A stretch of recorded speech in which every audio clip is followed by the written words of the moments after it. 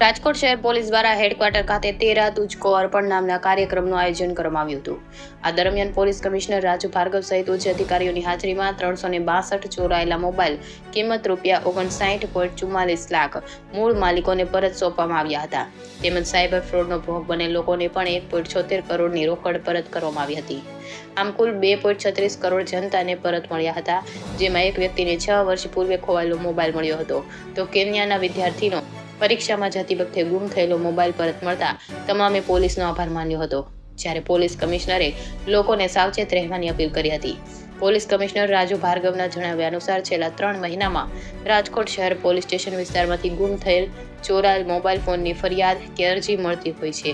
ફરિયાદ કે અરજી પરથી CIR પોર્ટલ તથા હ્યુમન સોર્સિસનો ઉપયોગ કરી ગુમ ચોરાયેલ મોબાઈલ ફોનને શોધી કાઢવામાં આવે છે. જેમાં સાયબર ક્રાઇમ પોલીસના 220 મોબાઈલ ફોન જેની કિંમત ₹36,39,112 તેમજ અન્ય પોલીસ સ્ટેશનના મળીને 362 મોબાઈલ ફોન જેની કિંમત ₹44,44,797 થાય છે.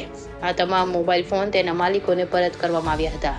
આ ઉપરાંત છેલ્લા 3 મહિના દરમિયાન રાજકોટ શહેરમાં સાયબર પોલીસને CID ક્રાઇમ ગાંધીનગર ખાતેથી મળેલી અરજીઓના ફ્રોડમાં ગયેલ રોકડ રકમ બેંકમાં પુટ ઓન હોલ્ડ કરાવી હતી અને જે તે અરજદારોની ફ્રોડમાં ગઈ હોય તેવી રકમમાં સાયબર ક્રાઇમ પોલીસ સ્ટેશન દ્વારા ₹1,68,86,481 તેમજ રાજકોટ શહેરના અન્ય પોલીસ સ્ટેશનો મળીને કોર્ટ મારફતે રિફંડ હુકમ કરાવી કુલ ₹1,01,59,434 પરત સોંપવામાં આવ્યા છે.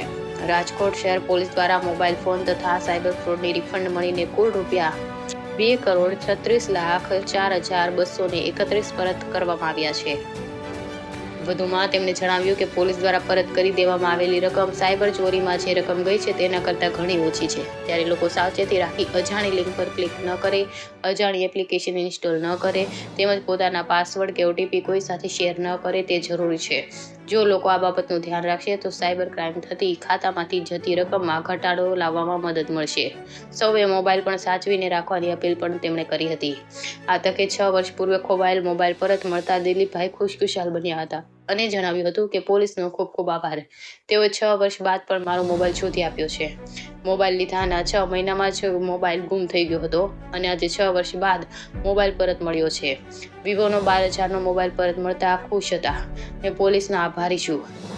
તો મારવાડી કોલેજમાં અભ્યાસ કરતા કેન્યાના વિદ્યાર્થીને એકાદ માસ પહેલા પરીક્ષામાં જતી વખતે ગુમ થયેલો મોબાઈલ પરત મળી જતા તેણે પણ પોલીસની કામગીરીની પ્રશંસા કરી હતી.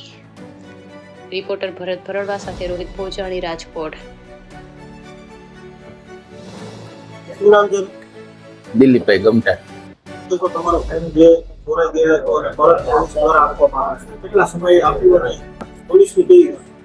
છ વર્ષથી આ ફોન ખોવાઈ ગયો હતો. મને ફોન પાછો મળી ગયો. મને ફોન આવ્યો કે તમારો ફોન મળી ગયો છે, એટલે હું આજે લેવા આવ્યો. મને આપી દીધો મારો ફોન. હું બહુ ખુશ છું. ₹12,000નો ફોન હતો અને આજે મળી ગયો. બહુ ખુશ છું. પોલીસની કામગીરી પણ બહુ સારી છે. અપેક્ષા હતી કે મોબાઈલ પાછો આવશે. હું ભૂલી ગયો હતો. મને તો અપેક્ષા ને ભૂલી જ ગયો તો. ફોન 3 ફોન તો મેં બીજા લઈ લીધા. કઈ જગ્યાએથી ચોરાણો હતો ને કઈ પ્રકારની પ્રોસેસ છે? રાધે હોટલ પાસે 150 foot ring road Radhe hotel પાસેથી ફોન ખોવાઈ ગયો હતો. પ્રોસેસ કઈ પ્રકારની અરજી કરી? નહીં, મેં અરજી કરી ગયો. ખાલી અરજી કરીને હું વહી ગયો હતો. મને સામેથી 6 વર્ષે ફોન આવ્યો, આપણો ફોન ચડી ગયો. મને બહુ